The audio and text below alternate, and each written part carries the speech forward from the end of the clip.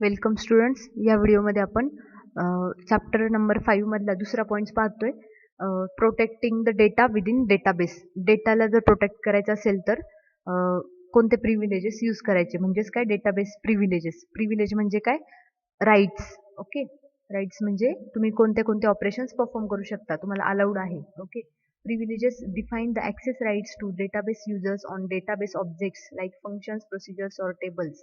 म्हणजेच काय प्रिव्हिलेजेस काय डिफाईन करतं? ऍक्सेस राईट्स, युजरला कोणते कोणते राईट्स दिलेले आहे ऑन पर्टिक्युलर डेटाबेस. एखाद्या टेबलसाठी एखाद्या युजरला कोणते कोणते राईट्स असाइन केले जात आहेत, किंवा एखाद्या फंक्शनसाठी, एखाद्या प्रोसिजरसाठी, एखाद्या व्ह्यूसाठी. ओके, त्याला काय म्हणायचं? Privileges. Then they also define rights to run a SQL statement और PL/SQL पॅकेज. एखादा जर PL/SQL कोड असेल किंवा एखादं ऑपरेशन परफॉर्म करायचे तुम्हाला एसक्यूएल स्टेटमेंट यूज करून, तर कोणतं एसक्यूएल स्टेटमेंट तुम्ही यूज करू शकता, कोणतं करू शकत नाही. ओके, तर त्याला काय म्हणायचं? Privilege. First one, creating user. There are different ways to create users with the custom permissions. आपण डिफरंट वेनी न्यू युजर क्रिएट करू शकतो. आता first one, creating new user within MySQL shell. MySQL शेलमध्ये तुम्ही कसं न्यू युजर क्रिएट करणार? Create user स्टेटमेंटने करता. त्याची ॲक्च्युअल तुम्ही सॉफ्टवेअरमध्ये रन करताना कसं लिहिणार बघा? Create user, new user local host, single कोटमध्ये. ओके, इथे सिंगल कोट, इथे single coat.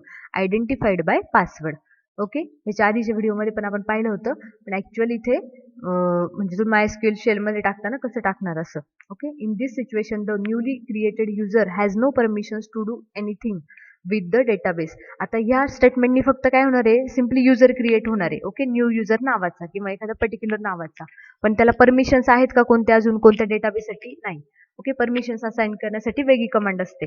Even if the new user try to log in with the given password, he will not be able to reach the MySQL shell.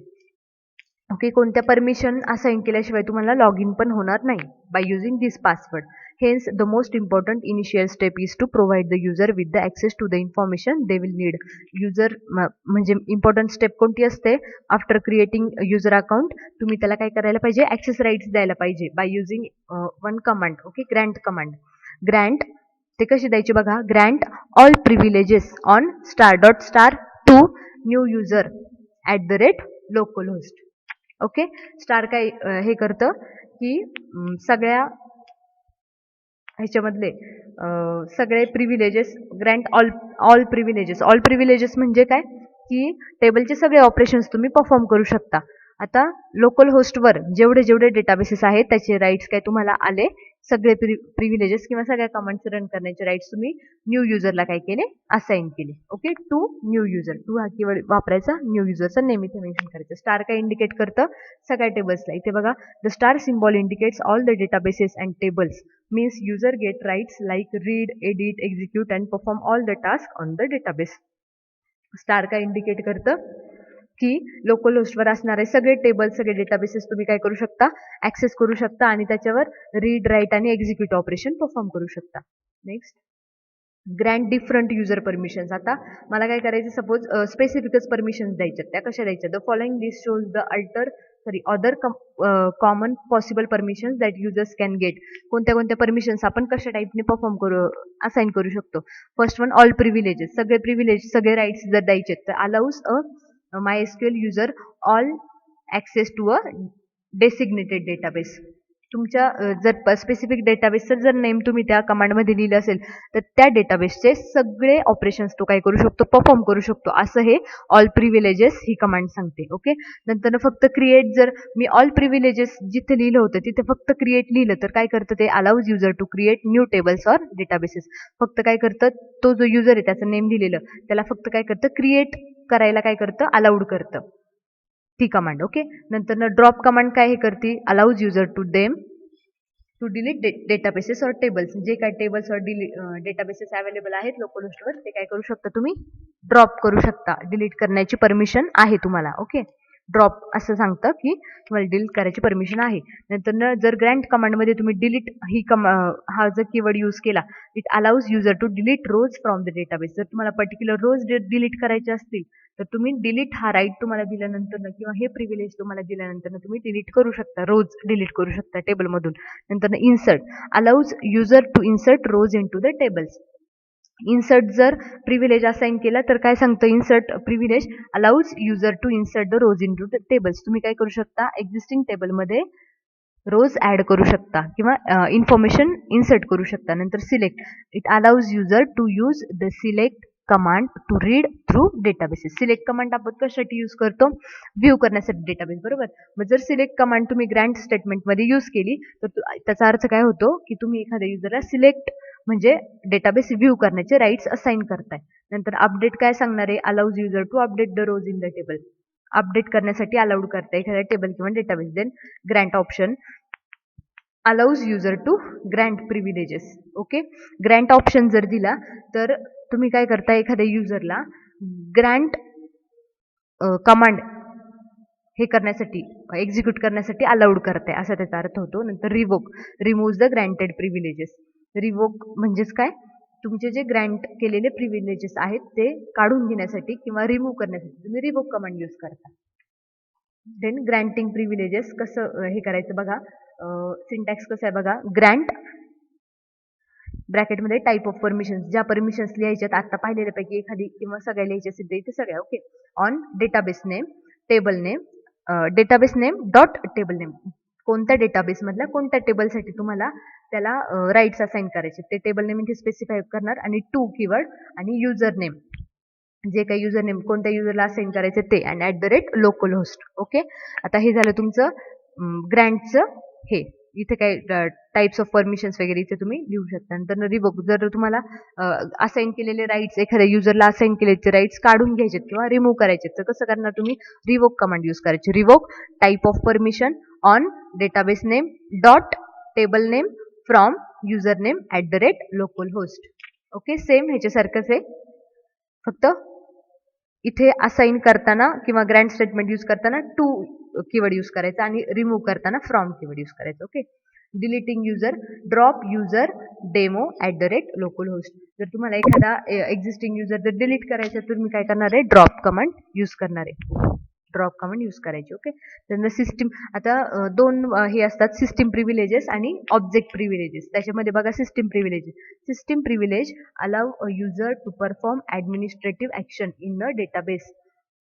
Administrative action म्हणजे काय, की database ॲडमिनिस्ट्रेटरच्या काही activities असतात फक्त तोच perform करू शकतो. ओके, त्या लेवलच्या ॲक्टिव्हिटीज ज्या आहेत त्याला काय म्हणणार तुम्ही, सिस्टीम प्रिव्हिलेजेस. त्या कोणत्या असतात, create database, create procedure, create view, backup database, डेटाबेसचा बॅकअप घ्यायचा असेल तर, क्रिएट टेबल, क्रिएट ट्रिगर आणि एक्झिक्यूट. ओके, अशा ज्या ॲडमिन लेवलच्या ॲक्टिव्हिटीज आहेत त्याला म्हणायचं सिस्टीम प्रिव्हिलेजेस.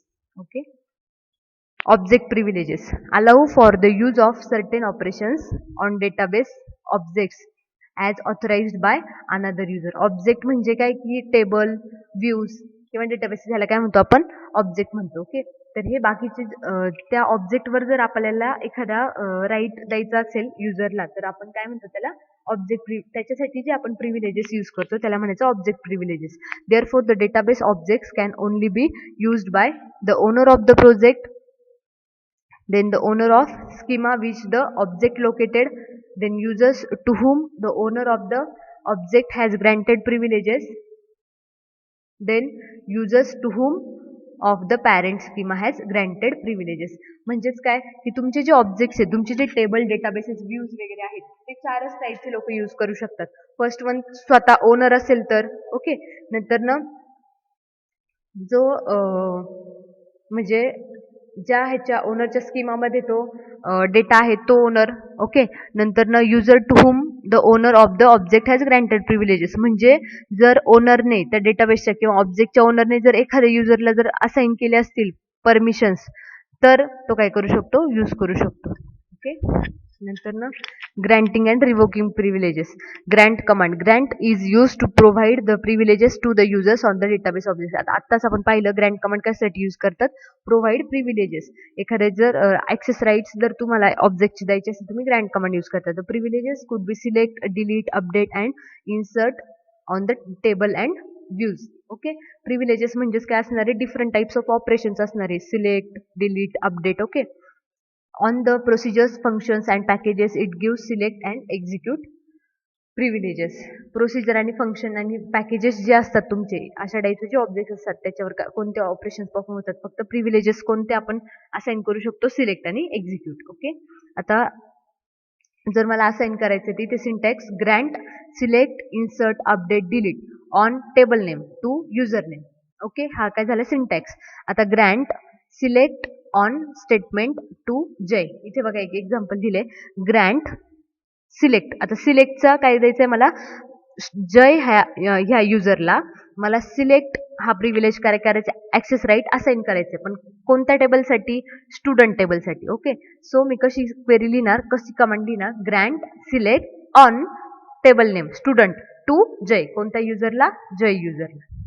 ओके, आणि इथे आता एक हे दिलेलं आहे, grant select update delete on student to Raj. Raj या युजरला मला स्टुडंट नावाच्या टेबलचे किती राईट्स द्यायचे आहेत, डिलीटचा राईट द्यायचा आहे, अपडेटचा राईट द्यायचा आणि सिलेक्टचा राईट द्यायचा. ओके, म्हणजेच काय, राज नावाचा युजर ही क्वेरी एक्झिक्यूट केल्यानंतर राज नावाचा युजर स्टुडंट या टेबलवर कोणते कोणते ऑपरेशन्स परफॉर्म करू शकतो, सिलेक्ट, अपडेट आणि delete.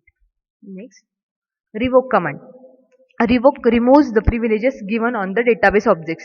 All the privileges can be removed at a time, or one or more privileges can also be removed from the objects as per requirement. Revoke statement आपण कशासाठी use करतो, for removing the privileges. जे काय access rights assign केलेले असतात ते काढून घेण्यासाठी आपण रिवोक स्टेटमेंट कमांड यूज करतो. जर एकदम सगळे काढून घ्यायचे असतील तरी तुम्ही रिवोक स्टेटमेंट यूज करू शकता. जर 4 ऑपरेशन्स त्याला किंवा 4 ऍक्सेस राईट्स दिलेले असतील आणि ते ऍट अ टाइम काढून घ्यायचे ते पण पॉसिबल असतं, किंवा सिंगल किंवा 2-3 काढून घ्यायचे असतील तर ते पण अलाउड असतं. ओके, सिंटॅक्स काय, revoke select comma insert update delete on table name from user name. Okay, syntax बघा कसा आहे, रिवोक कमांड यूज करायची कीवर्ड, नंतर तुमचे जे काय प्रिव्हिलेजेस तुम्हाला रिवोक करायचे त्याची लिस्ट इथे तुम्ही लिहिणार आहे, आणि ऑन काय, table name from user name. इथे एक एक्झाम्पल दिले बघा, revoke select on student from John. John या युजरकडून स्टुडंट या टेबलचा सिलेक्टचा राईट काय केलाय, रिवोक केलाय, म्हणजे काय, रिमूव्ह केलाय. नंतर ना स्मिथ या युजरकडून डिलीट, अपडेट आणि सिलेक्ट हे 3 ऑपरेशन्स काय केलेत, परफॉर्म करायचे राईट्स त्याच्याकडून काढून घेतले. Okay, thank you.